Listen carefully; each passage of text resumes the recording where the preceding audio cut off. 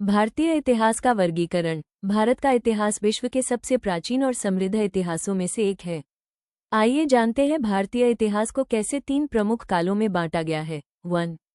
प्राचीन भारत। 2. मध्यकालीन भारत। 3. आधुनिक भारत। अब हम इसको विस्तार से जानेंगे। पहला, प्राचीन भारत, मानव आगमन से 712 एडी तक। सबसे पहले आता है प्राचीन भारत, जो मानव आगमन से लेकर 712 ईस्वी तक फैला हुआ था। इस काल में शामिल हैं पाषाण काल, हड़प्पा सभ्यता, वैदिक काल, महाजनपद काल, मौर्य साम्राज्य, गुप्त काल, हर्षवर्धन का शासन, मेहरगढ़, सिंधु घाटी की सभ्यता, सिंधु घाटी के स्थल, जैन धर्म, बौद्ध धर्म, मगध साम्राज्य, विभिन्न राज्यवंश। दूसरा, मध्यकालीन भारत, 712 ईस्वी से 1757 ईस्वी तक। इसके बाद आता है मध्यकालीन भारत, जो 712 ईस्वी से 1757 ईस्वी तक फैला हुआ था। इस काल में प्रमुख घटनाएं और शासन रहे।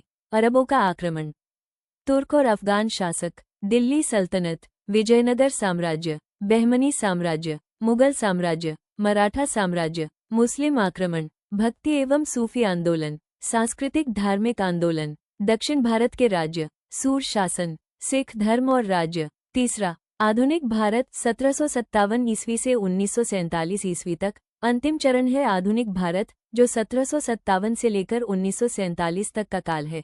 इसमें शामिल हैं प्लासी की लड़ाई 1757, विदेशी यात्रियों का आगमन, विदेशी कंपनियों का आगमन, ईस्ट इंडिया कंपनी, ब्रिटिश शासन, 1857 की क्रांति, सामाजिक एवं धार्मिक आंदोलन, स्वतंत्रता आंदोलन एवं संस्थाएं, कांग्रेस का गठन, स्वतंत्रता संग्राम, गांधी युग, विभिन्न क्रांतिकारी, भारत की आज़ादी 1947।